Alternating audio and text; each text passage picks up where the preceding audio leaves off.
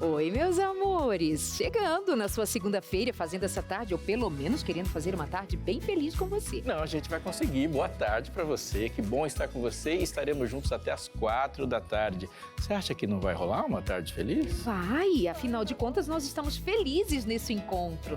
Mas é que eu não quis chegar assim, prometendo tudo, né? A gente promete menos e entrega mais. Amores, venham pra cá. Nós vamos conversar hoje sobre traumas. Num dado momento, também dar uma atenção a traumas no sentido do estresse causado após alguma coisa que possa ser danosa para o seu bem-estar. Vamos entender tudo isso e muito mais, tirar dúvidas, entender como é que se dá um trauma, como é que se estabelece isso para uma vida, como se dá o tratamento, e teremos presença de psiquiatra com a gente hoje. Sim, o Dr. Pablo Canales, que sempre quando vem aqui nos ajuda e muito, já está aparecendo aí na sua telinha. E que bom, a gente vai poder tirar as nossas dúvidas. Tem algumas que são aqui, já estão na superfície. Por exemplo, vivemos em momentos, dificilmente a gente vai viver uma vida adulta, uma vida nesse mundo sem um monte de traumas. É verdade. Ou de eventos. Agora, o que é normal e o que não é? Como é que a gente administra, Administra, esperar qual é o momento de pedir uma atenção especial. O que pode ser traumático para um é administrado de uma forma, para outro de uma outra maneira. Cada indivíduo se relaciona de modo diferente com aquilo que lhe acontece.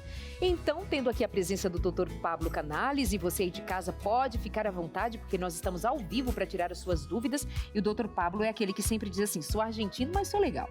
É ele quem diz. Ele é um argentino transformado, legal, mas eu conheço muitos.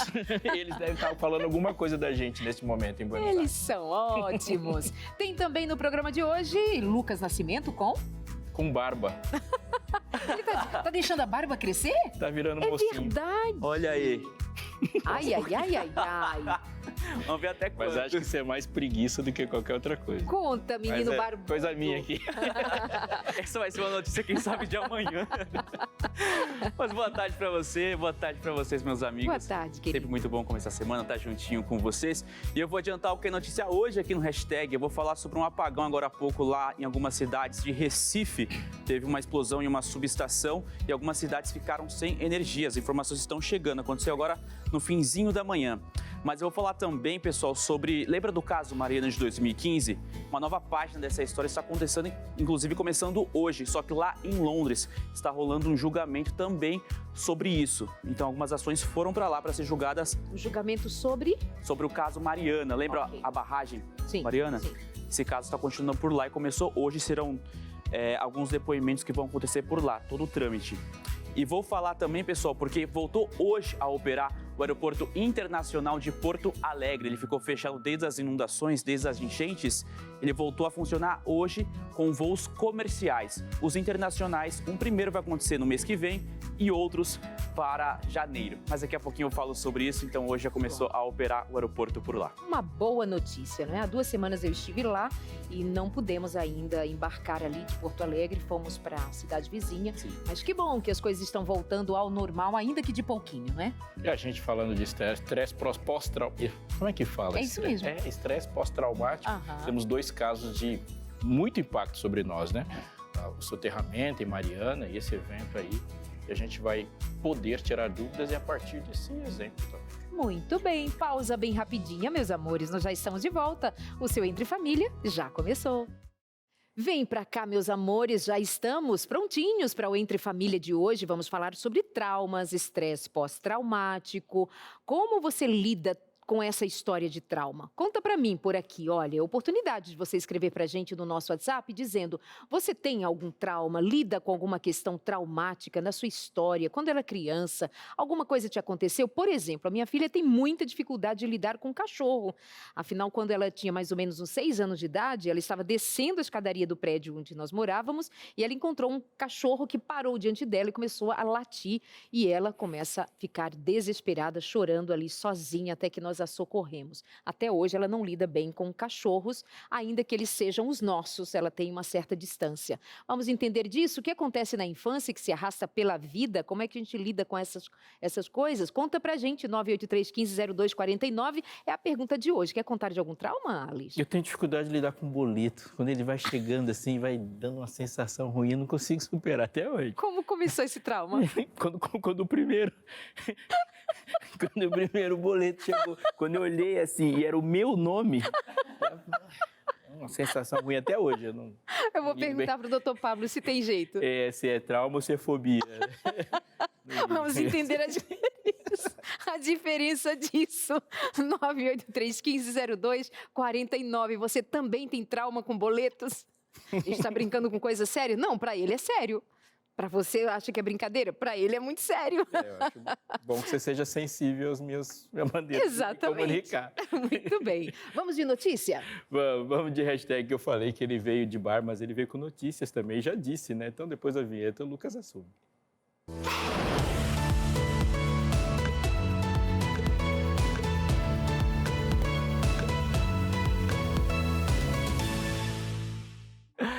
Começamos o hashtag, pessoal. Seguinte, vamos começar então com uma boa notícia, porque após 5 meses o aeroporto Salgado Filho começou a receber voos comerciais. Isso começou hoje. O embarque e o desembarque estavam cancelados desde o dia 3 de maio. Inclusive, eu tenho aqui um vídeo para poder compartilhar com você de um dos passageiros que estava nesse primeiro voo que estava chegando ali no aeroporto. Lógico, teve até uma recepção diferente por lá dentro da aeronave. Que informamos que somos a primeira companhia aérea a pousarmos no aeroporto Salgado Filho. Chegamos em Porto Alegre. Sejam todos bem-vindos.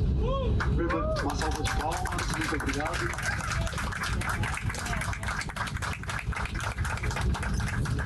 Permaneçam com seu cinto afivelado até que a aeronave pare completamente e os avisos luminosos de afivelar cintos se apaguem. E esse voo tinha jornalistas ali para poder, logicamente, ajudar a contar essa parte da história depois de alguns meses, quase 5 meses aí, parado, não tendo uma funcionalidade. Mas, pessoal, é o seguinte, a estimativa é que hoje 71 operações passem pelo terminal, com previsão de 9.000 passageiros, isso segundo o Ministério de Portos e Aeroportos. Isso porque foi finalizado mais uma fase da recuperação da pista e do terminal do aeroporto Salgado Filho. As obras envolveram a limpeza das placas de concreto, base da pista, frenagem, remoção de detritos e outros reparos.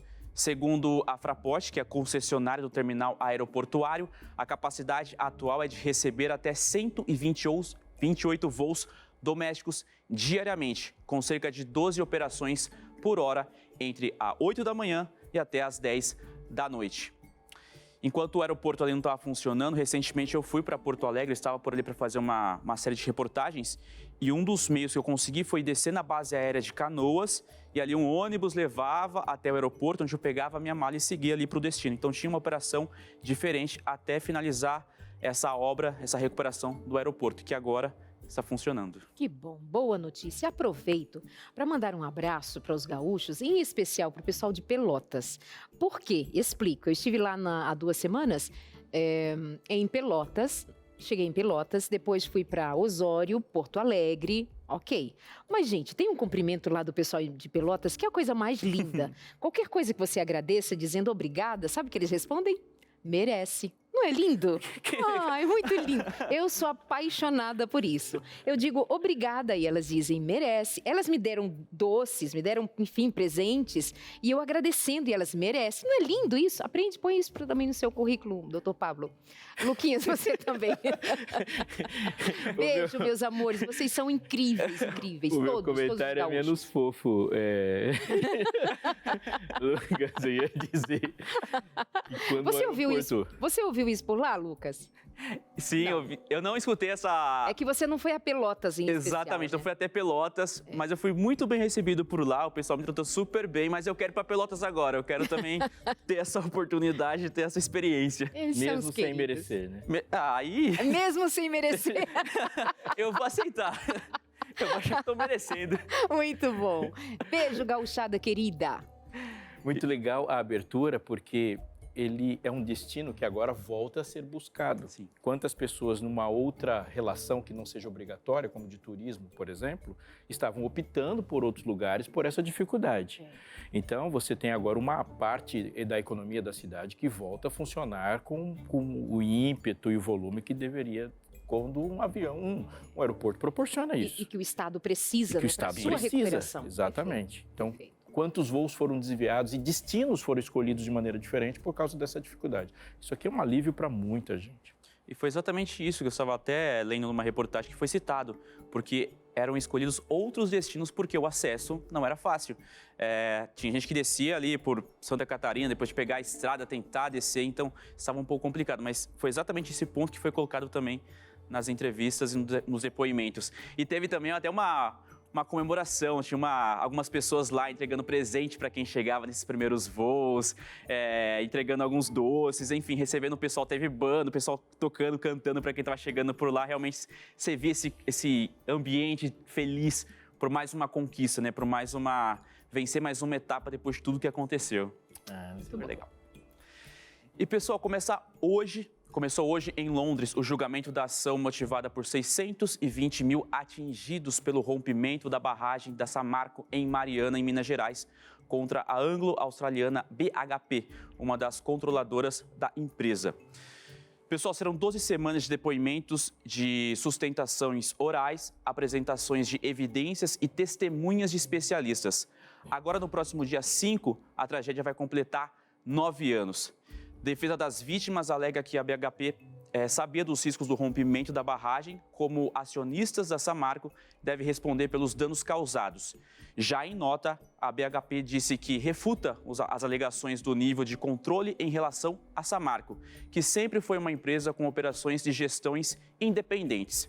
Inclusive, eu tenho até algumas anotações que eu estava hoje de manhã assistindo e vendo mais ou menos como é que sucedia, como é que andava tudo isso, como ia acontecendo pelos próximos meses, né, pelas próximas datas, e tentando relembrar, inclusive, o que aconteceu. Esse incidente acabou matando 19 pessoas, destruiu os distritos de Bento Rodrigues e Paracatu de Baixo e Gesteira. A lama tóxica, pessoal, ela percorreu 675 quilômetros, atingiu o Rio Doce, comprometeu o abastecimento de água em cidades de Minas Gerais e também do Espírito Santo e chegou também ao Oceano Atlântico. Mais de 2 milhões de pessoas foram atingidas. Então esse é o novo capítulo que está sendo levado agora para um outro local, um outro país, para continuar essa parte para tentar encontrar ali um culpado. Eles falam um pouco sobre a relação de tentar de alguma maneira receber uma restituição. Lógico, foram vítimas ali, que isso não se recupera, mas é um novo capítulo desse caso que próximo dia 5 completa 9 anos. 9 anos. 9 anos e nós estamos falando já há 9 anos de bilhões. Mas a gente vive na era do leite derramado, né? Tem muita coisa que vai se pensar, a gente vai discutir indenizações. A tragédia envolve uma porção de atores, muitos, mas o que se perdeu de verdade de maior valor jamais será recuperado. Não se recupera. E uma última notícia que quero compartilhar com você, pessoal. Aconteceu agora há pouquinho, eu tenho aqui até uma nota. Teve a interrupção do fornecimento de energia e deixou parte de algumas cidades e também a Grande Recife sem eletricidade, isso por volta das 11h15 da manhã. Até então, no primeiro momento, não se falava em vítimas, já foram confirmadas 3 pessoas depois disso. Foi uma subestação, se fala que algumas cidades que foram afetadas foi Jaboatão, Olinda e também Paulista. Estava até então acontecendo uma manutenção numa subestação e teve uma explosão. Por enquanto, essas são as informações que estão chegando, mas algumas cidades estão sem energia por conta disso, uma explosão numa subestação, quando estava sendo feito algum reparo, alguma atividade por ali. Uau! É isso, pessoal. Hoje nós tivemos também um acidente, né, envolvendo a morte de alguns adolescentes no Paraná, que estavam indo a caminho de um torneio, alguma coisa assim. Foi uma notícia bem de última hora que eu li. Nossos sentimentos também para as famílias envolvidas, para o pessoal ali no Paraná. E a gente vai contando histórias tristes, dramáticas, a gente vai assistindo pessoas ainda enquanto vítimas, tendo que lutar para serem reconhecidas como vítimas, como em relação à notícia que você trouxe da Samarco e esse episódio que não termina nunca. É um mundo em que a gente se situa nele com bastante surpresa diante de tantas injustiças, tragédias, perdas, danos, sofrimento.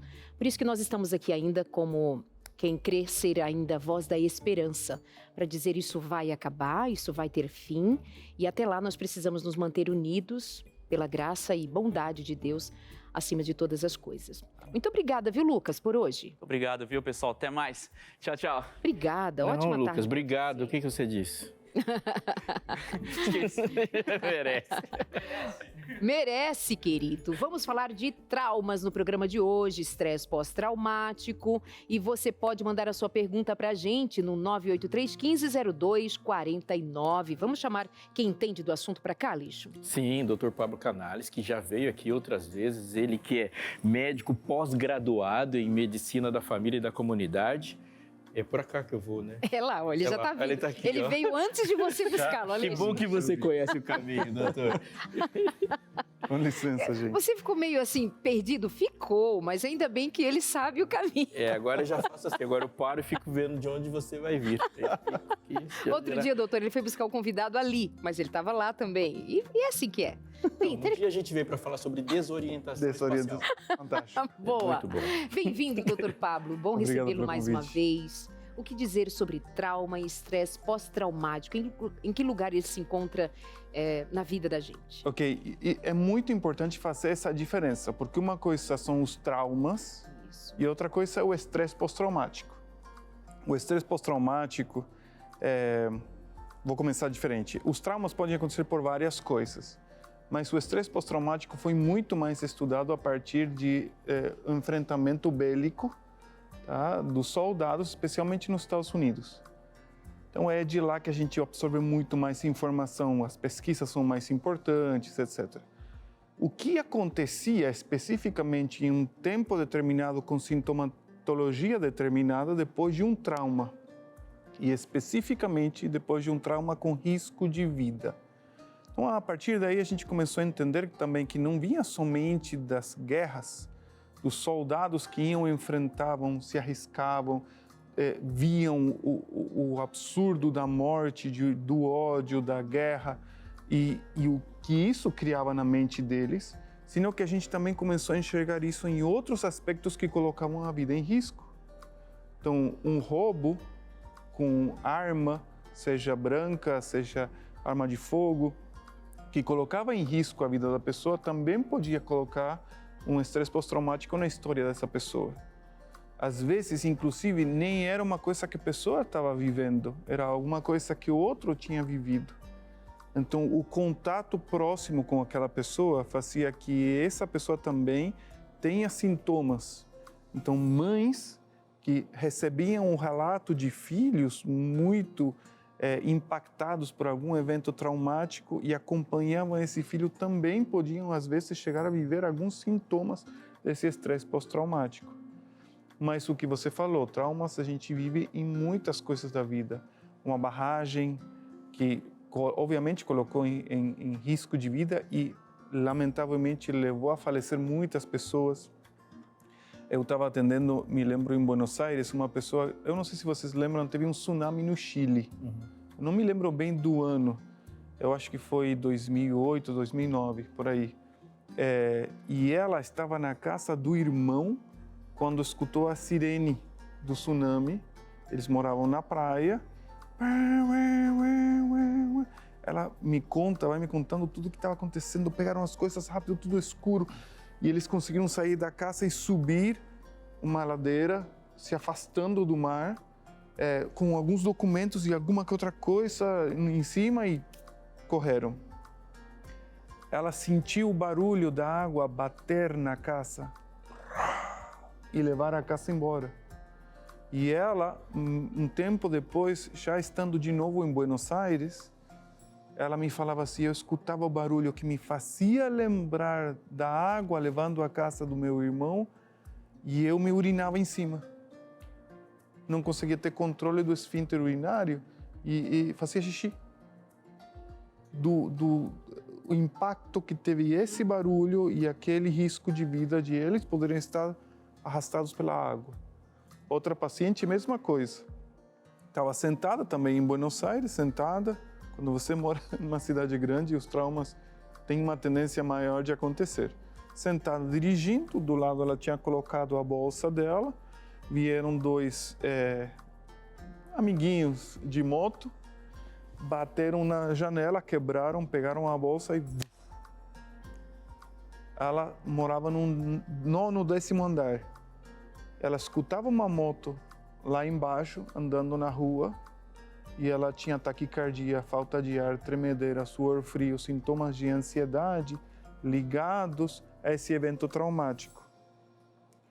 Quando passamos por sintomatologias específicas no decorrer do tempo, todo mundo que sofre algum trauma vai ter sintomas. E fica uma memória recente do ocorrido. Né? Com certeza, mas se esses sintomas se repetem por mais de um mês, a gente já entra na categoria do estresse pós-traumático. É uma das características.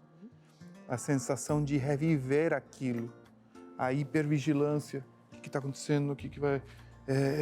Não, porque não vai que... Certo? Isso vai ficar crônico. Aquilo que era inicialmente entendido como alguma coisa resultante e óbvio do fato, vai se tornar crônico. Então, cronicidade, mas não continuidade pelo resto da vida. Se espera um declínio dos sintomas e o que está acontecendo é uma ascensão. Isso. Uma ascensão. Se espera um declínio... Uma permanência. Isso, vai forte, até um mês, um pouquinho mais, e depois se espera que a pessoa comece a liberar esses sintomas nos próximos 3, 4 meses.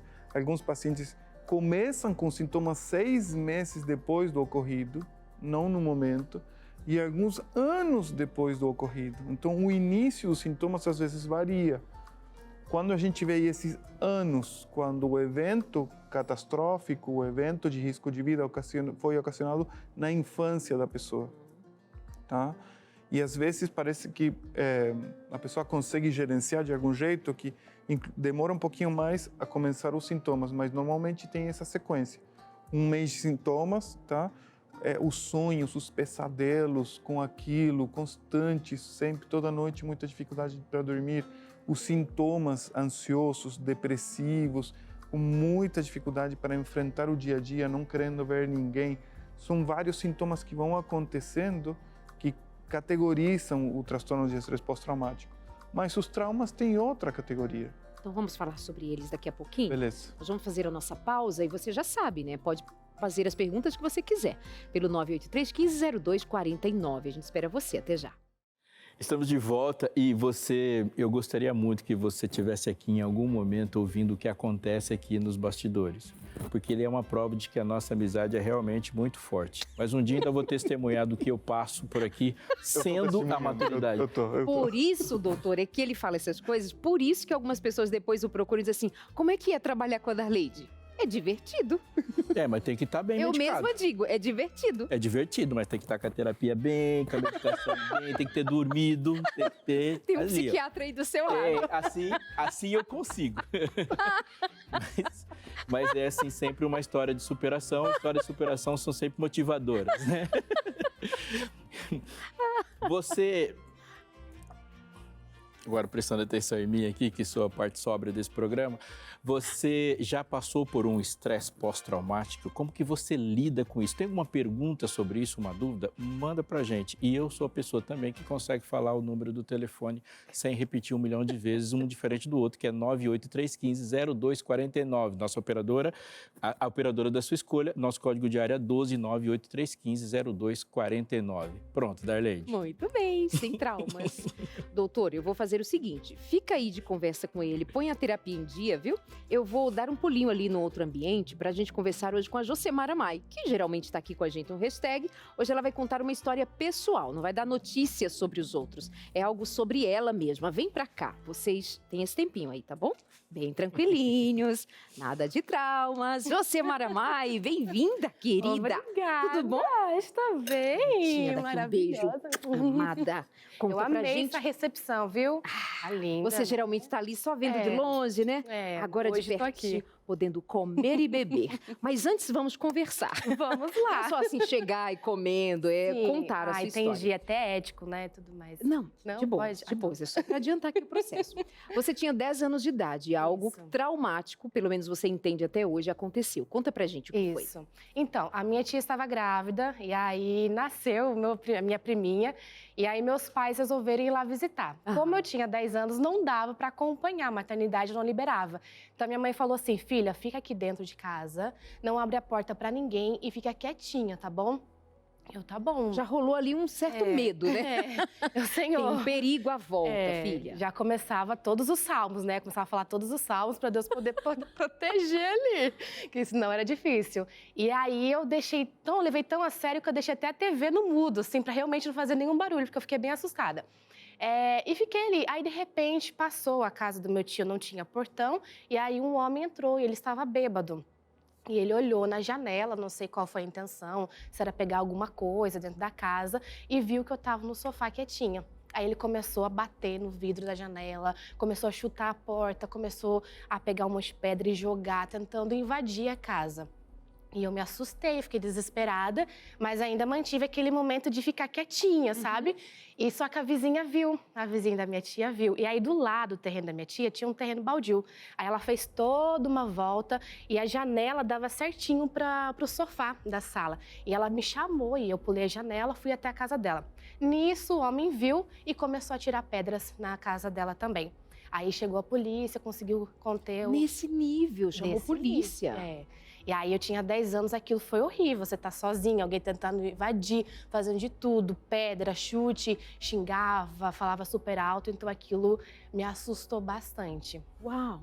Doutor, em que lugar a gente pode categorizar, já que isso foi algo que ocorre nessa magnitude para uma criança que já estava assustada? Antes mesmo do fato ocorrer. Isso depois de alguns dias... Espera aí, deixa eu fazer uma próxima pergunta para ela, eu volto com você. A partir dali, como é que você fica? Então, hoje eu tenho dificuldade ainda. Até hoje você diz respeito ao que você sofreu naqueles dias. Eu tenho dificuldade. Teve um episódio no Rio de Janeiro, que eu estava com meu esposo, e aí a gente estava indo lá visitar a mãe dele, e chegou um bêbado e começou a gritar do meu lado. Eu parei. Eu travei, simplesmente não tive nenhuma reação. Congelou, sabe aquele medo que você não consegue... Você quer tomar uma atitude, você quer sair dali, você quer falar alguma coisa, mas você não consegue. Eu fiquei ali paralisada. Aí o Sérgio me segurou, me levou, ele falou, por favor, com licença e tal, empurrou ali o homem para poder dar a saída. E a gente saiu, mas eu fiquei sem reação. Aí eu fico pensando, imagina se eu estivesse sozinha. Pesadelo. Isso. Você tem pesadelo? Não, também? pesadelo não tenho. Mais. O negócio é ver. Se eu vejo uma pessoa bêbada, eu tento evitar. Eu saio, dou minha volta e se estiver perto, eu paro. Entendi. Não consigo ter reação. Doutor Pablo, o que dizer sobre? Essa questão da evitação que ela fez, primeiro, o evento pode ter caracterizado tranquilamente para um ponto de partida a um estresse pós-traumático. A gente tem que analisar um pouquinho que sintomas você teve depois disso para poder fazer o diagnóstico completo. Mas esse evento de risco de vida, a pedrada, a batida na janela, o medo que você já tinha, estar sozinha, criança, etc., já criou um evento traumático.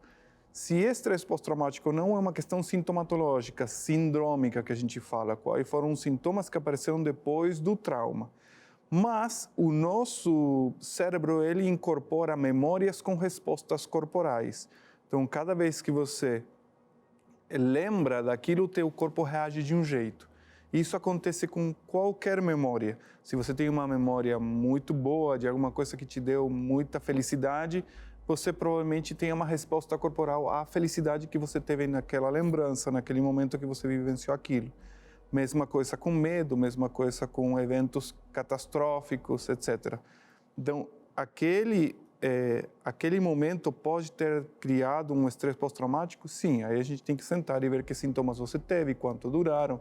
Provavelmente você não lembre agora, porque foi bastante tempo atrás. Mas hoje, você lembrar disso e ficar sem saber o que fazer quando você vê uma pessoa bêbada, corresponde a um estresse pós-traumático? Não. Agora, há um trauma, há uma resposta corporal que veio a partir desse trauma? Sim, isso sim. Isso pode ser tratado, isso tem terapia, inclusive medicação. A terapia cognitivo-comportamental é a que mais evidência científica tem para nos ajudar nesse aspecto. Então, tem várias coisas para fazer. Sim. Você chegou a procurar algum profissional em algum momento? Sim, cheguei a levar isso para um psicólogo e aí ele comentou comigo que seria interessante se eu estacionasse o carro perto de um bar, longe assim, numa distância, e começasse a olhar os bêbados e ver que eles não me ofereceriam nenhum mal, porque agora eu estava crescida e eu poderia correr, eu poderia gritar, pedir socorro, então eu devia devo fazer isso, Você que eu não não fiz. Falei, não, acho que não. Não estou pronta. Não, e só de comentar ali, ele falar que eu preciso ir, eu já comecei a chorar. Falei assim, não quero. Me senti a Josemara de 10 anos, eu não quero. Aham. Qual é o caminho, doutor, então, que ela deveria seguir? Enfrentar essa aproximação é o caminho para ela resolver essa memória traumática? Então, eu tenho uma má notícia para você. O ponto é exatamente isso. Você criou uma memória traumática. A gente tem que trabalhar em cima dessa memória traumática. Para você esquecer daquilo, nunca mais lembrar, não tem a ver com isso. Senão para você entender quanto que você consegue viver uma vida correta, coerente, sem passar por isso. Ou seja, você tem que reeducar teu cérebro. E esse conselho que o médico te deu foi fenomenal. Você tem que se expor, é o que a gente chama de dessensibilização. Se expor àquilo, entendendo com raciocínio acima disso, acompanhada. Só que às vezes a ansiedade não nos deixa viver esse tipo de situações com tranquilidade. Então, é muito difícil decidir de um dia para o outro. Eu vou lá em Cracolândia, ficar sentada do lado de um bar, ver as pessoas bêbadas e ver o que dá. É muito mais complexo. Mas é literalmente esse o caminho, porque esse é o ponto essencial do teu trauma. Você está vivendo uma coisa repetidas vezes na mesma intensidade ou um pouquinho menor, porque você não está cuidando disso. Então, ir e enfrentar o desafio é o caminho certo para você conseguir fazer isso. E a gente pode entrar com um remédio para que te ajude a que seja menos agressivo e ir educando o teu cérebro. Josi, você tem percebido daquele dia que isso aconteceu para cá, que isso, eles acontecem quando você está diante dessa situação na mesma intensidade? Sempre na mesma intensidade? Por exemplo, não dá para pensar assim, hoje é um pouquinho menos do que foi antes, hoje um pouco mais. Você percebe uma evolução disso? Não, é mesmo estilo, paro, travo. Depende, vamos supor, se a pessoa que eu estou vendo está do outro lado da rua, eu tenho um tipo de reação. Se a pessoa está do meu lado, eu tenho a mesma reação como de outros momentos que tive. Então, assim, eu vejo que a pessoa está bêbada, eu evito, porque eu sei que ali eu tenho medo, eu não posso chegar perto. Agora, se a pessoa vem até mim, aí eu já tenho essa dificuldade, eu paro, não consigo. Ou seja, sempre. quanto mais próximo, mais temor você tem. Mas eu me assusto. E aí, se tem momentos que mesmo sem falar, eu me assusto. Mas se gritar, aí eu já começo a chorar. Já começo a chorar, mas eu fico... Parece uma estátua ali, saindo a lágrima caindo. Olha isso, você, ao falar, você está vermelha. Que é uma reação emocional sua, mas nesse momento você ficou vermelha. Só de pensar, quem sabe, na próxima... Eu não tô bêbada, tá? Pode parecer, mas não tô bêbada. E é suco de uva, viu, gente? Suco de uva, não é vinho alcoólico, bem lembrado, viu? Amores, deixa eu lembrar. Tem um desafio aí, né? Qual é o desafio, Alexandre? Não o fato de você se manter sóbria, mas o doutor disse aqui, ó, que em algumas circunstâncias é um recurso a entrar com uma medicação, por exemplo, que auxilia a exposição. Isso mesmo. Como que o amigo, o familiar, o marido, a pessoa que está acompanhando isso, qual é a melhor atitude? Porque nós estamos falando de algo que tem uma certa complexidade, né? Que tipo de atitude tomar ali que não atrapalhe e não ajude? A primeira coisa é vocês entenderem que é super importante enfrentar. O medo que não se enfrenta continua sendo medo e vai continuar governando a tua mente.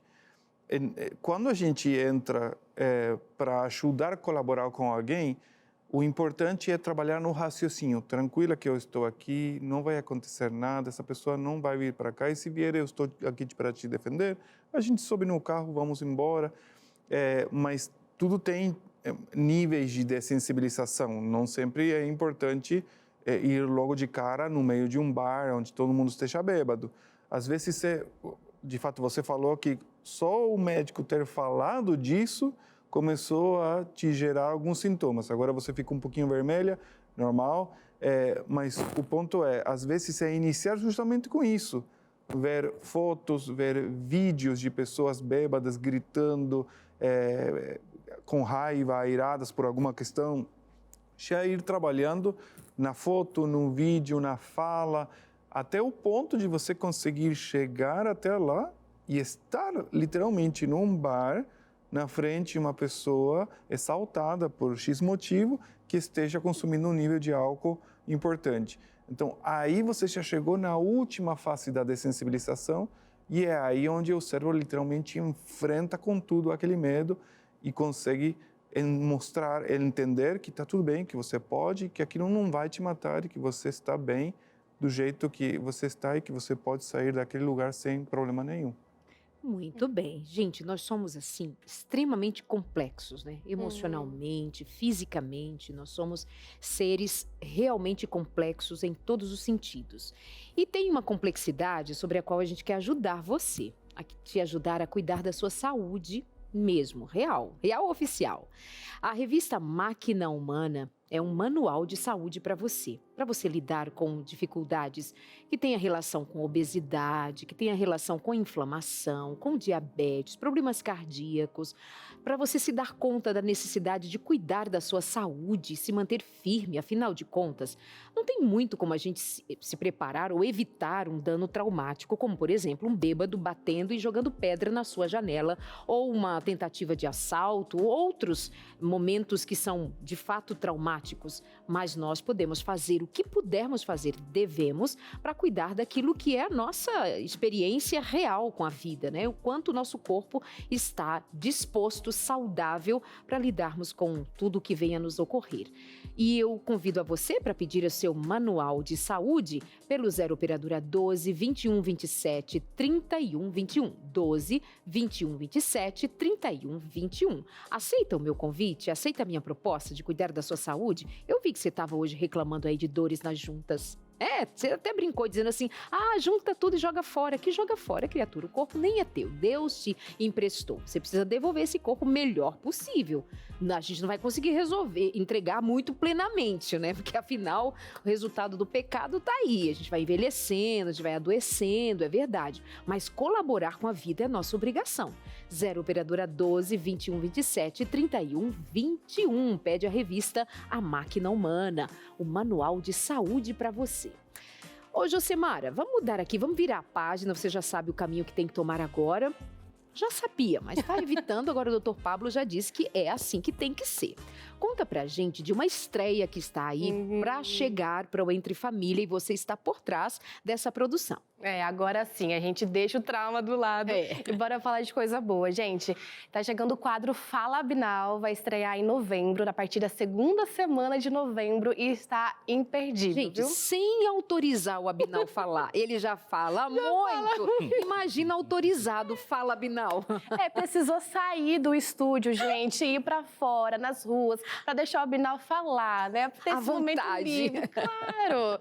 E olha, só que não vai ser eu que vou contar, viu? Não? Não, os detalhes não, vai ser o Abinal. Lá vem você com aquela carinha de hashtag. É ele mesmo que conta? É ele mesmo, confere aí, gente. Fala, minha gente! Deixa eu te falar que tem uma novidade incrível chegando no Entre Família. Pois é, estamos com um quadro novo. Maravilha, né? Serão 4 episódios onde eu vou te levar para conhecer 4 lugares diferentes. Mas esse não é o foco principal. O objetivo é conhecer e conversar com pessoas e entender as dificuldades do dia a dia e descobrir como elas enfrentam esses desafios. E quem sabe você se identifica e pega algumas dicas, né? Deixa eu falar que eu tô super empolgado e você é o meu convidado de honra para essa jornada. Quer saber mais? Vai ter que acompanhar o Entre Família. E por enquanto, fique com essa vista de um dos nossos cenários. Até mais!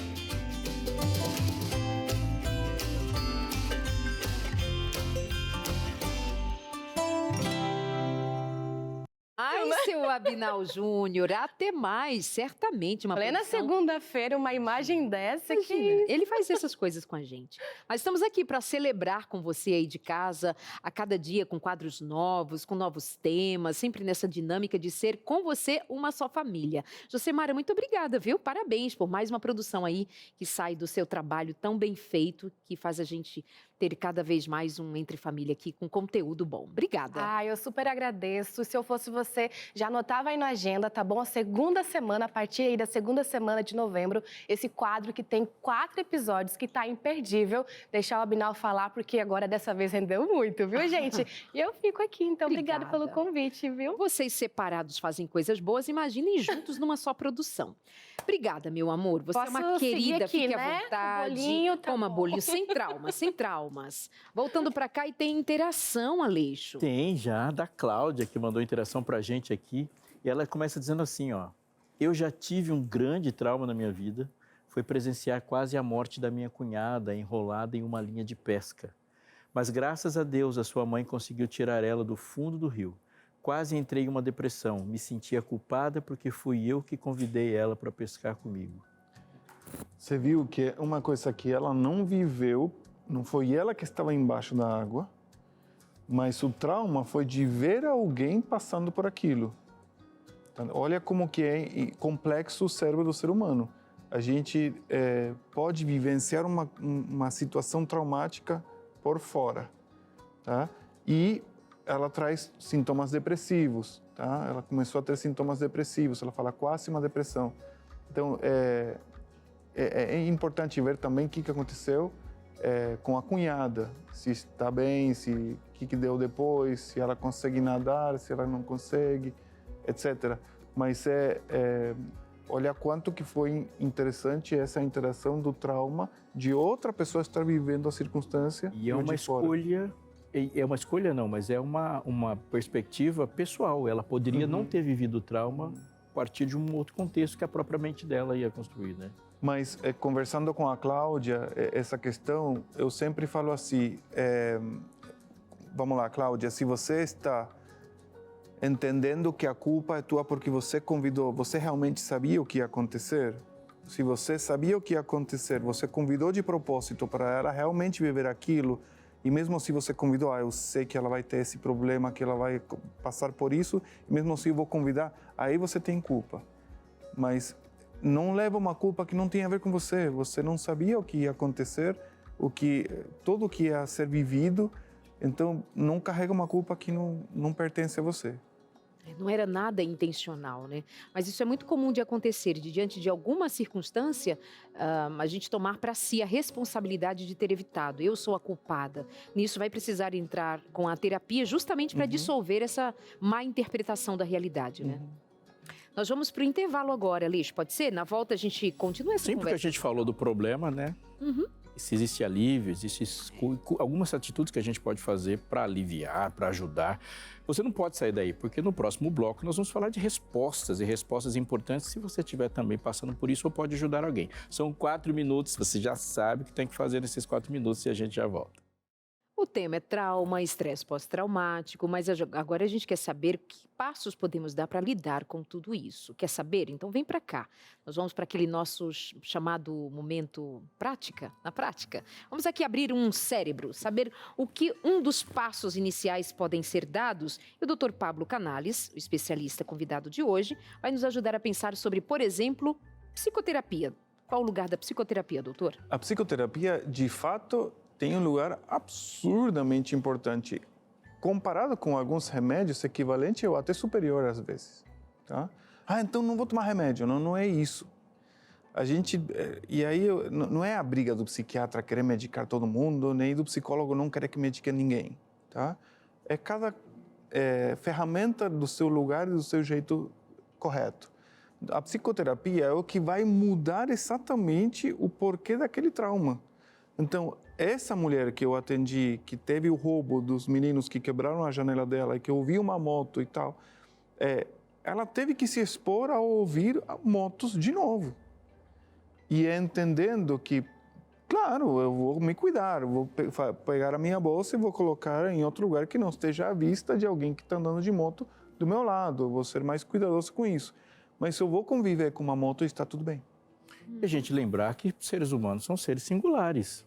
E uma psicoterapia é você trabalhando aquele evento com você mesmo, porque uma coisa pode ser traumática para uma pessoa e pode ter uma outra intensidade para outra, né? De fato, esse é um assunto bem interessante, porque a gente viu nos soldados da Segunda Guerra Mundial que também eram norte-americanos, não reagir à guerra com estresse pós-traumático no nível que aqueles que foram para o Vietnã, que eram da mesma região, também norte-americanos, mas que voltaram com muito mais estresse pós-traumático de Vietnã.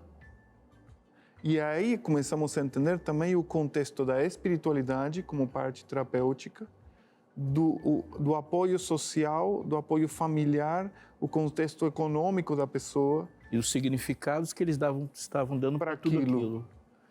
Importante. Tem mais Dá uma mais parte. atenção à psicoterapia, né? Vamos ver mais uma coisa que na prática podemos são as práticas de autocuidado, doutor. Obviamente, a gente evitar se expor a lugares agressivos que coloquem a nossa vida em risco é importantíssimo. Então, se eu vou sair bebendo e vou pegar um carro, eu estou pedindo para ter um acidente, certo? Se eu vou em lugares que sejam perigosos, eu estou pedindo para ser assaltado. Então, horários. Aí tem muito a ver com as práticas de autocuidado que não são somente, eu vou comer bonito. Não. Tem a ver com a coerência do meu dia a dia. Agora, doutor, a psicoterapia é o principal ato de autocuidado nesse sentido, né?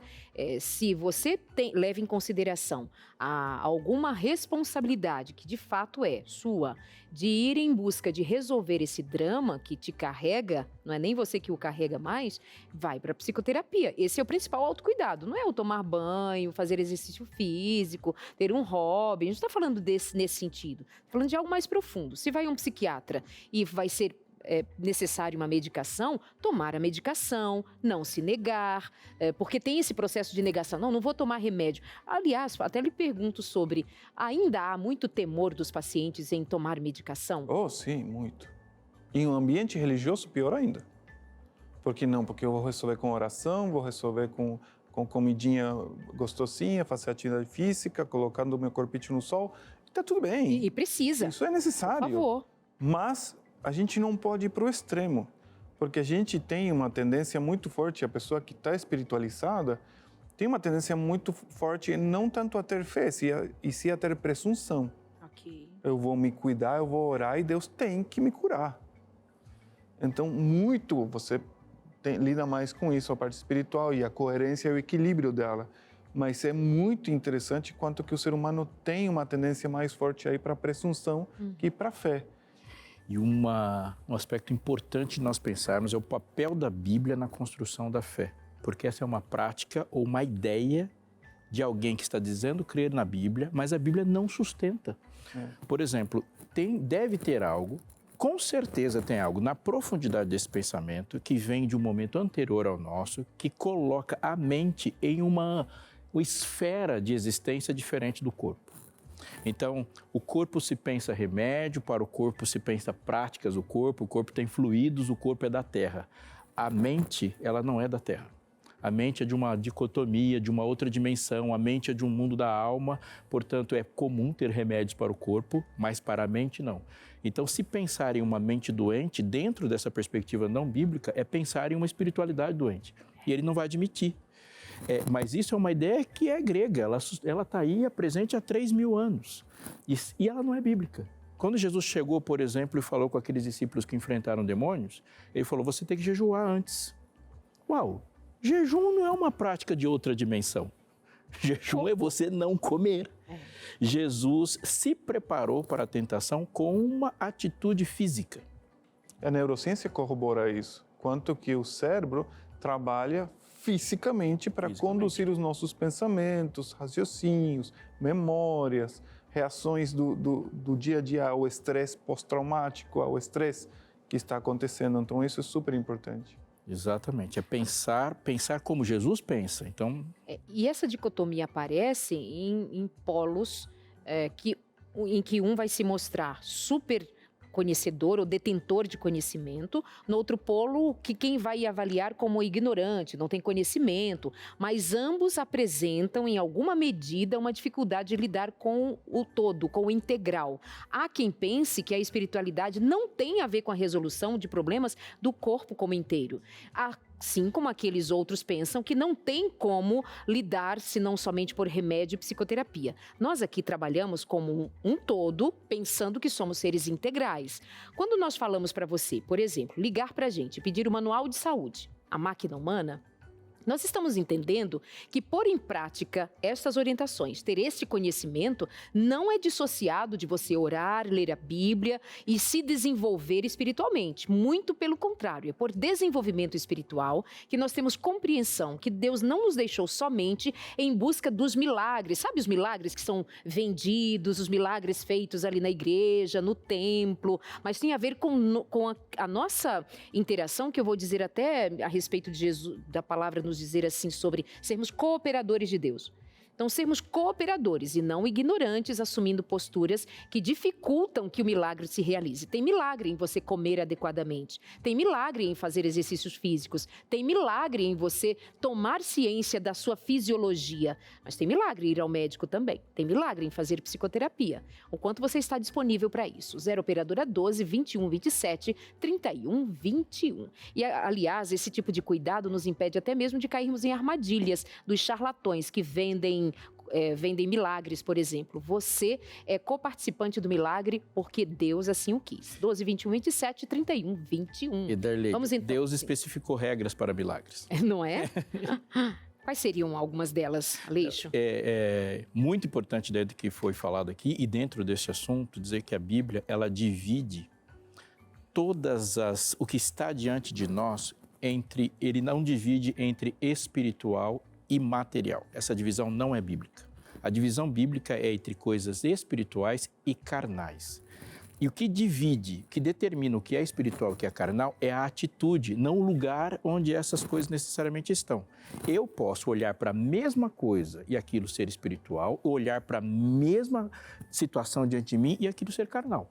Uma comida pode ser tratada espiritualmente, como pode ser tratada de forma carnal. Então, a divisão de espiritual e carnal não é onde essas coisas diante de nós, os objetos, o lidar estão. É qual atitude eu tenho. Se a minha atitude é uma atitude de fidelidade à palavra de Deus, aquilo é espiritual. Se a minha atitude é uma atitude de infidelidade à palavra de Deus e é movido só pelo meu prazer, aquilo é carnal. Então eu posso ter uma relação carnal com o meu corpo, como posso ter uma atitude espiritual com o corpo. Bem dito. E aí a gente entra no último, que é a mudança do estilo de vida. Isso. Porque se eu entendo essa questão, essa divisão carnal e espiritual, vamos colocar de outro jeito, não tão religioso, mais racional e menos emotivo, tá? Uhum. Eu vou me colocar em circunstâncias de vida que vão providenciar ferramentas para eu poder enfrentar o que pode ser traumático para a minha vida de outro jeito. Na mudança do estilo de vida, para a questão dos traumas, eu não entendo tanto a necessidade de atividade física, mudança de dieta, exceto na questão do consumo de drogas e álcool, que podem aumentar a dificuldade de enfrentar aquilo. Se eu vou enfrentar, a gente tem muitos casos de estresse pós-traumático que a pessoa vai para a bebida. Então, viram alcoólatras crônicos porque tentam esquecer. Tá? E não é esquecendo do problema ele vai desaparecer. Então, quando a gente estava conversando, o psiquiatra falou para mim que eu tinha que ir num bar, brincadeira. Não, é justamente isso. Não é você fugindo do trauma que você vai resolver ele. E ele já marcou teu cérebro, ele já marcou tua experiência. Então, peraí, ele vai transtornar a minha vida? Não, vamos mudar a minha vida para que ele deixe de ser um problema para mim. Então, aí entra também muito a questão da terapia, do tratamento médico. Mas, para não ser injusto, não é só o mundo religioso que tem esses preconceitos. Isso. O mundo médico? Vai atender um médico para ver que se dá certo ou dá errado. Onde há ser humanos, há complexidade. Eu tenho duas coisas a dizer. Posso, Dadá? Sei que você se ajeitou aí. Eu também tenho uma audição. Quando nós falamos de mudança de estilo de vida e aplicamos isso a um trauma é um trauma, ele requer uma intervenção diferente. Ela não é assim, vou tomar sol. Isso. Mas é possível pensar não apenas em relação a trauma, mas há muitos episódios na vida que se eu me enfraqueci, a pancada vai ser mais forte, não é? Com certeza. Por exemplo, eu estou vivendo em circunstâncias de ansiedade. Isso vai me desgastar a ponto de não ter energia para o enfrentamento de uma situação típica da vida. Um estilo de vida que me desgasta, que me enfraquece o cérebro, me faz vulnerável a ter feridas mais profundas. Com certeza. E isso é radicalmente importante para a gente se responsabilizar por determinadas circunstâncias da vida e contextos em que eu poderia ter respondido de forma diferente se tivesse me preparado fisicamente para aquilo. É isso que eu ia pontuar também, até considerando que vai rolar ali um estresse, um nível de ansiedade maior. Se eu tenho alguns cuidados no que diz respeito à minha saúde, meu bem-estar, vai ajudar positivamente. Agora, o que está sendo dito muito claramente por um médico psiquiatra a gente não pode crer que desta maneira nós estaremos fazendo um enfrentamento pleno a um evento traumático, a uma memória traumática ou um estresse pós-traumático, entende? Mas isso é coadjuvante no que diz respeito a trauma, a gente pode entender como coadjuvante importantíssimo. Ainda tem perguntas pra gente? Pode mandar para o 0 Operadora 12, que é o nosso WhatsApp, 98315-0249. A produção diz que já tem muita gente ali perguntando, doutor, e daqui a pouquinho. Aleide. Mas eu tenho um recado e essa é a segunda. O segundo recado que eu tenho para te dar é... Eu achei que era segunda-feira. Eu achei que você ia dizer, hoje é a segunda-feira. Também. Hoje é a segunda-feira no lugar onde as suas segundas-feiras são diferentes de quase todos os lugares do mundo, que aqui a segunda-feira é alegre. Aqui a gente fala segundou. Segundou, isso mesmo. Te aguarda a segunda-feira. Preparar-se para um trauma, nem tudo na vida nos pega assim, tão bloqueados, tão blindados. Mas a verdade é que temos um tesouro e recebemos esse tesouro de Deus, e por mais que a gente ande descontente ou pense que ele poderia ser melhor, o nosso corpo é a nossa morada. Aqui vivemos, com ele abraçamos, com ele estudamos, com ele falamos com Deus, com ele nos preparamos para a eternidade, e na eternidade teremos um corpo.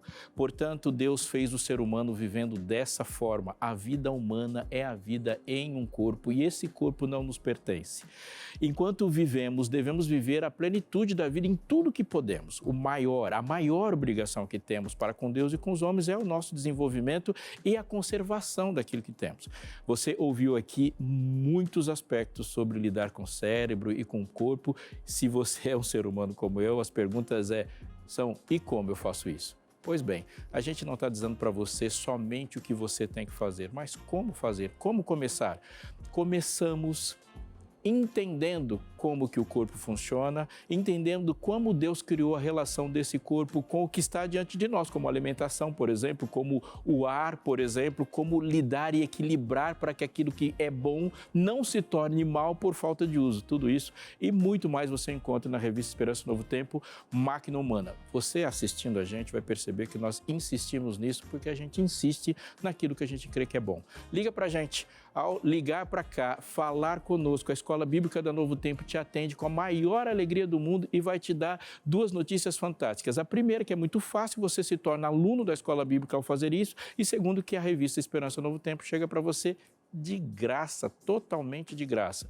O nosso telefone, operadora 12 21 27 3121, 21 27 3121. Se você quiser falar conosco por meio do WhatsApp, é 12 98244 4449. Que você não pode escolher falar, tá de boa, vou ficar assim mesmo, e algo que é gratuito, feito para você, para a sua família, de maneira didática, você pega e aprende, ficar de fora dessa. Não, faz isso.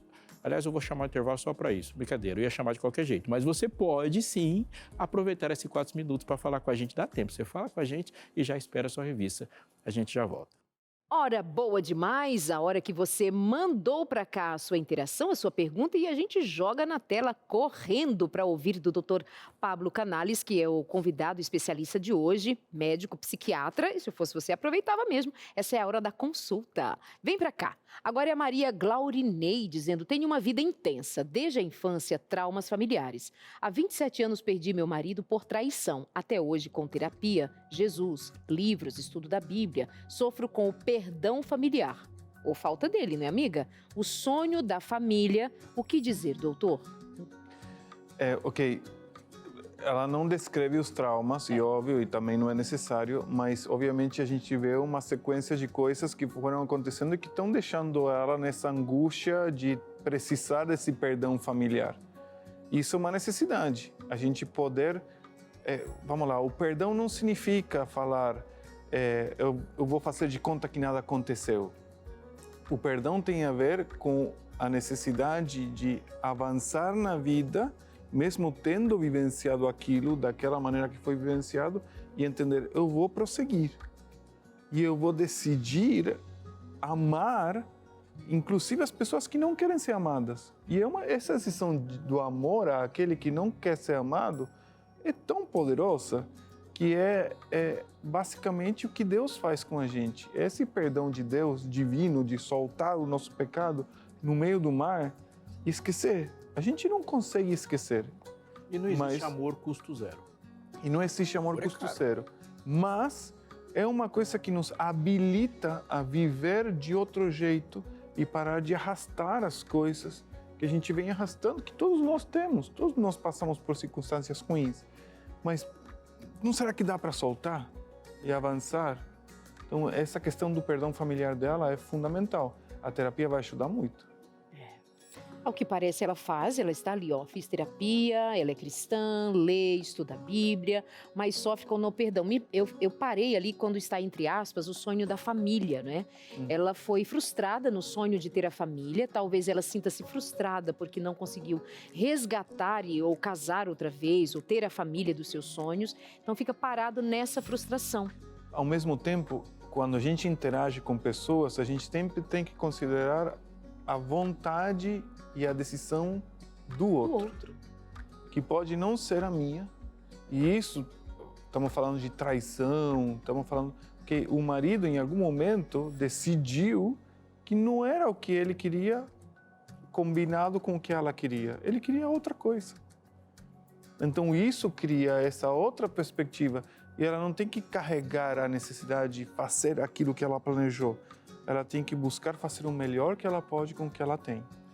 E por mais que incrível que pareça, isso não é uma insensibilidade, mas nós passamos o tempo todo com duas escolhas. Ou a gente vai pegar o coração e colocar no freezer para que ele nunca seja arranhado, ou nós vamos arriscar relacionamentos. Se você não quer, de maneira alguma, sofrer um dano ao coração, a outra alternativa é colocar ele numa geladeira e se travar para tudo. Mas, se você colocar o seu coração no freezer, ele vai quebrar do mesmo jeito.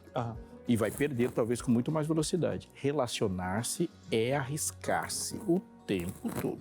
O maior risco que Deus correu na história do universo foi querer ser amado. Coloca-se para ser amado, isso é sempre um risco. E a vida não é uma linha reta, né? Jesus disse que o caminho era estreito, mas ele não falou que o caminho não tinha curvas. Não falou que era só descida, ele é cheio de situações, né? Um abraço, minha querida. Prossiga. Vamos a mais uma agora, Aleixo. Lucicleia, eu acompanhei e levei minha mãe para fazer uma cirurgia com um determinado médico e ela não resistiu. Me sinto culpada pela escolha do médico. Hoje tenho trauma de ir com alguém ao médico e também de fazer qualquer procedimento médico. Aí voltamos ao mesmo ponto. Se a gente soubesse o que vai acontecer, vamos lá, não estou defendendo o médico, tá? Pode que ele tenha errado, mas o médico recebe um paciente, se o médico sabe como o paciente vai reagir à mudança pequena de um anestésico, ao corte daquela porção, daquele órgão, não sei do que foi a cirurgia, mas tem pacientes que chegam muito complexos metabolicamente falando ao centro cirúrgico. E aí, obviamente, o último ato foi aquela cirurgia. Mas como ele vinha no histórico antes, volto a falar, não estou defendendo o médico, mas é muito difícil ela se julgar e se culpar por uma questão que ela não conseguia controlar, tá? Ela não sabia realmente como a mãe estava. Então, talvez aqui não é classificado exatamente como um trauma em si, o que ela tem sentido posterior a isso, mas ela está vivenciando um pensamento disfuncional. Ele não é racional, ele não é, nem ao menos, me perdoe dizer, mas é que eu não encontro agora uma outra palavra, inteligente do ponto de vista de fazer uma leitura adequada do que aconteceu. Você não é responsável pelo que veio a seguir, porque você não teve a intenção nenhuma, imagina que isso aconteceria. Então tem um pensamento disfuncional que precisa ser corrigido. Mas pode ser configurado como trauma, porque ela vivenciou depois de um ato médico a morte da mãe. Então, só que ela está absorvendo uma culpa. Isso, Exatamente. é a culpa que está financiando esse estresse, essa ansiedade, esse trauma, né? Exatamente. E culpa é alguma coisa que arrasta a gente à morte. Tá fazendo psicoterapia? Como é que você está lidando com isso? Porque esse pensamento disfuncional e essa culpa acomodada e aceita por você não vai te contribuir para que você viva dias melhores, tá bom? Beijo. Mais uma. Marcelo, olá, boa tarde. Já passei sim por uma experiência traumática em 98 após briga no trânsito. O ocupante do carro fez um disparo com uma arma de fogo e acertou a minha coluna cervical. Tinha 27 anos, casado com filho. Fiquei tetraplégico até então. Que dor. Ok, essa é uma situação muito complexa. A minha esposa sempre briga comigo.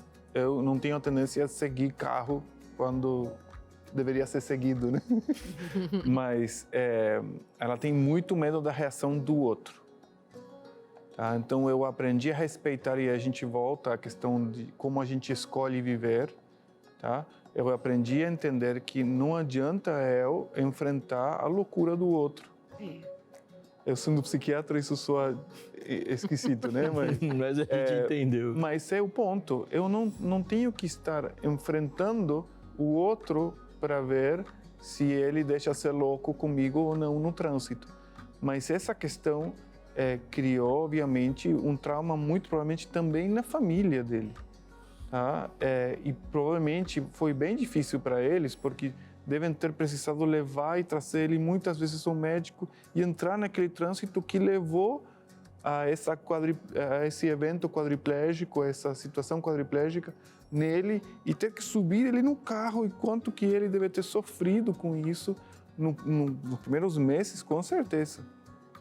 Doutor, agora, quando nós falamos anteriormente sobre enfrentamento, dessensibilização, como é que se aplicaria dessensibilização, por exemplo, no caso da menina que não vai ao médico, que não leva outras pessoas ao médico desde que aconteceu o que aconteceu com a sua mãe, ou o acidente dele, enfim, se é que podemos chamar de acidente, de tão grave que é. Como é que se faz? Ok, esse é um quadro um pouco mais complexo, tá? Mas vamos o da mulher que levou a mãe para o médico e acabou falecendo. É super importante ela, no mínimo, começar na terapia a falar do que ela falaria para o médico. Tá? Eu sentaria, vamos fazer uma encenação? Eu sentaria, eu falaria o que está doendo, o que não está doendo, se eu tomei, falaria do meu histórico, falaria do meu medo com o fato de entrar numa consulta porque perdi a minha mãe numa cirurgia. Então, no mínimo, se posicionar naquela situação. Depois marcar uma consulta. Depois passar na frente de uma clínica. Depois entrar acompanhada na clínica. Passar por uma avaliação de uma enfermeira.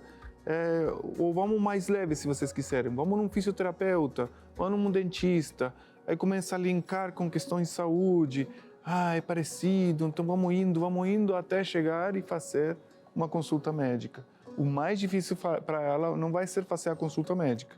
O mais difícil vai ser entrar ela num centro cirúrgico para ela operar alguma coisa. Que existe um ato estranho, né? Um evento que é estranho ao que se esperava, mas há também uma perspectiva de olhar para as situações da vida e entender que o mundo é complexo, ele é mau e nós não estamos imunes a isso. Então, essa dessensibilização não é entender o mundo como ele não é, mas se ver no mundo, como as coisas que acontecem e os eventos que vão acontecer o tempo todo. Mas Deus não nos deixou 100% protagonistas de tudo que acontece. Deus, ele é um agente ativo nessa história. E a gente precisa lembrar disso o tempo todo. Acima de qualquer trauma, acima de qualquer intempérie, Deus, ele é atuante. Ele não está no céu observando as coisas acontecerem para no final mudar tudo. Ele nos leva para o ponto onde ele quer chegar. Ana Cássia, de Manaus, que disse assim: fiquei bem doente em 2023, tive crises de sinusite e pneumonia viral. Depois de quase 2 meses, o Senhor me curou. Mas depois deste episódio, eu fiquei traumatizada, fico achando que irei passar mal na rua, fico o tempo todo em alerta. Não posso sentir uma dor que já me preocupa. Como posso tratar isso? Ok, aí voltamos ao evento que cria o trauma, o que aconteceu, e a possibilidade do evento já cria uma resistência. Voltamos ao ponto da memória cria uma resposta corporal. Então, se eu escuto uma freada, automaticamente eu vou olhar, peraí, quem que freou aqui? Por que eu tô... Porque eu já em algum momento aprendi que aquela freada, aquele som tem a ver com alguma possibilidade de embate de um carro com o outro, de uma bicicleta, do que for. Então, o corpo ele se prepara entendendo o que ele vivenciou para enfrentar possibilidade daquilo se repetir. Então, o que ela precisa inicialmente é uma boa terapia para justamente entender esse conceito e ir tratando esse conceito. E muitas vezes, de fato, os antidepressivos são os medicamentos que mais se utilizam para os quadros traumáticos, os quadros ansiosos. O trauma está muito relacionado com a ansiedade. E a ansiedade é que nos protege de coisas que podem ser um perigo para a gente, tá? Que podem danificar o nosso corpo, a nossa vida. Então, é super importante, às vezes, tratar esse desbalanço, essa alteração neurobiológica com uma medicação que ajude a vivenciar de maneira um pouquinho mais folgada a terapia, porque a terapia vai bater o dedinho no botão vermelho que fala não encostar. E isso vai transtornar a vida da pessoa. Você está vendo aí o endereço das redes sociais do Dr. Pablo, está escrito Dr. Pablo Canales, é isso aí? Isso mesmo. Eu inventei, porque eu não estou enxergando daqui. Eu sugiro. Muito bom tê-lo aqui conosco. Muito obrigado mesmo e me impactou profundamente, imagino que a você também. É muito bom ouvirmos e termos a oportunidade de falar de problemas reais da vida. E eu aproveito também para te chamar para um desafio de crescimento pessoal. Escola Bíblica da Novo Tempo. Sim, a Escola Bíblica da Novo Tempo é uma das maiores escolas que você pode entrar em contato. A Escola Bíblica da Novo Tempo tem uma maneira fácil de oferecer para você a oportunidade de se tornar aluno dessa Escola Bíblica. Como você faz isso? Quando você liga para cá, nos telefones que aparecem para você e nós mencionamos quando falamos dos nossas revistas de esperança, no seu cadastro você se torna um aluno da Escola Bíblica Novo Tempo, com um acesso ao site da Escola Bíblica, que é esse aqui, novotempo.com/Escola Bíblica. Você tem acesso ao material, à revista, que fala de muitos assuntos, são muitos temas variados e todos importantes e relacionados ao nosso dia a dia. Mas tem muitos lá. Sobre saúde, como você já ouviu aqui, sobre finanças, educação de filhos, casamento, o que você quiser. Tem lá. Acesse o site novotempo.com/Escola Bíblica e se torne um aluno da Escola Bíblica Novo Tempo e você pode ter certeza, é de grande valia, vai te ajudar e muito e para muitas atitudes que você vai ter inteligentíssimas. Quer saber mais? Assiste esse VT que vai te explicar ainda mais como você deve fazer isso. Você conhece a coleção de revistas Esperança? Temos uma grande variedade de temas que certamente você vai se interessar. Saúde física, mental e espiritual, família, finanças, profecias, crenças, fé e muito mais. Visite nosso site novotempo.com/Escola Bíblica. Escolha a revista Esperança que melhor se adapta às suas necessidades e como quer recebê-la. Insira seus dados, coloque seu nome completo, seu CPF, endereço, e-mail e telefone. E como conheceu a nossa revista Esperança. Neste caso, selecione a opção TV. Pronto! Você receberá seu material em breve. É muito fácil. Não perca sua revista Esperança sem custo. TV Novo Tempo, o canal da esperança. Viu aí? Não perca seu tempo, não perca essa oportunidade. Faça isso porque vai ser muito importante e benéfico para você. Eu tive a oportunidade, a tristeza talvez, algo que eu não escolheria ver, de ver uma morte na minha frente. Não é algo que se esquece, um atropelamento, por exemplo, não é algo que se esquece. Eu creio ser impossível passar anos neste mundo mau, cheio de tragédias, de dores, e não ser machucado, não ser afetado. Mas eu também tenho uma certeza absoluta para te contar. De todas as cenas horríveis que alguém pode deparar-se, nenhuma se compara a uma crucifixão. Se você for pensar em penas de morte que as civilizações desenvolveram na história, todas elas têm um ponto em comum. Elas afetam, atacam um ponto vital. Uma eletrocução, um enforcamento, de qualquer forma, é um ataque a uma parte do corpo que fará a vida cessar. Uma cruz não traz isso. Uma cruz, os braços são amarrados, as mãos são pregadas, a cabeça é presa, há pregos que atravessam os pés e não tem uma pancada no coração, no pulmão, na cabeça. Aquela morte é lenta, ela é indizível. Os romanos chamavam de crudelissimo supplicium e o mencionar de uma cruz em qualquer ambiente social era um ato absurdamente vergonhoso, era uma forma de dizer que não se é civilizado. Se uma pessoa mencionasse cruz, por exemplo, num almoço, ela seria retirada de lá. Se quisesse criar uma inimizade por alguém, por muitas gerações, é chamar alguém de crucificado. Chamar alguém de crucificado é uma das piores ofensas que alguém podia fazer na vida.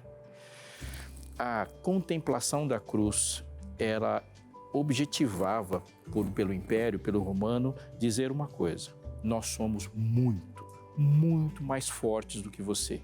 Era a mão esmagadora de Roma sobre um indivíduo, sobre uma rebelião. E ele não era um recado para quem estava morrendo, era um recado para quem assistia, dizendo: nem tente. É uma morte horrorosa, muito sangramento, muitas dores, muito grito, é uma agonia indizível. Uma pessoa, por exemplo, não fala quando está sendo crucificada. Ela está ali e os animais estão vindo, mosquitos, bichos, pássaros. Eu não vou dizer mais sobre isso. Quando alguém que entregou a vida para outro, como Tomé, João, Pedro, André, olharam para Jesus e viram como ele o Salvador da vida e testemunharam numa trajetória de meses e anos ele em sua perfeição e depois o viram na cruz.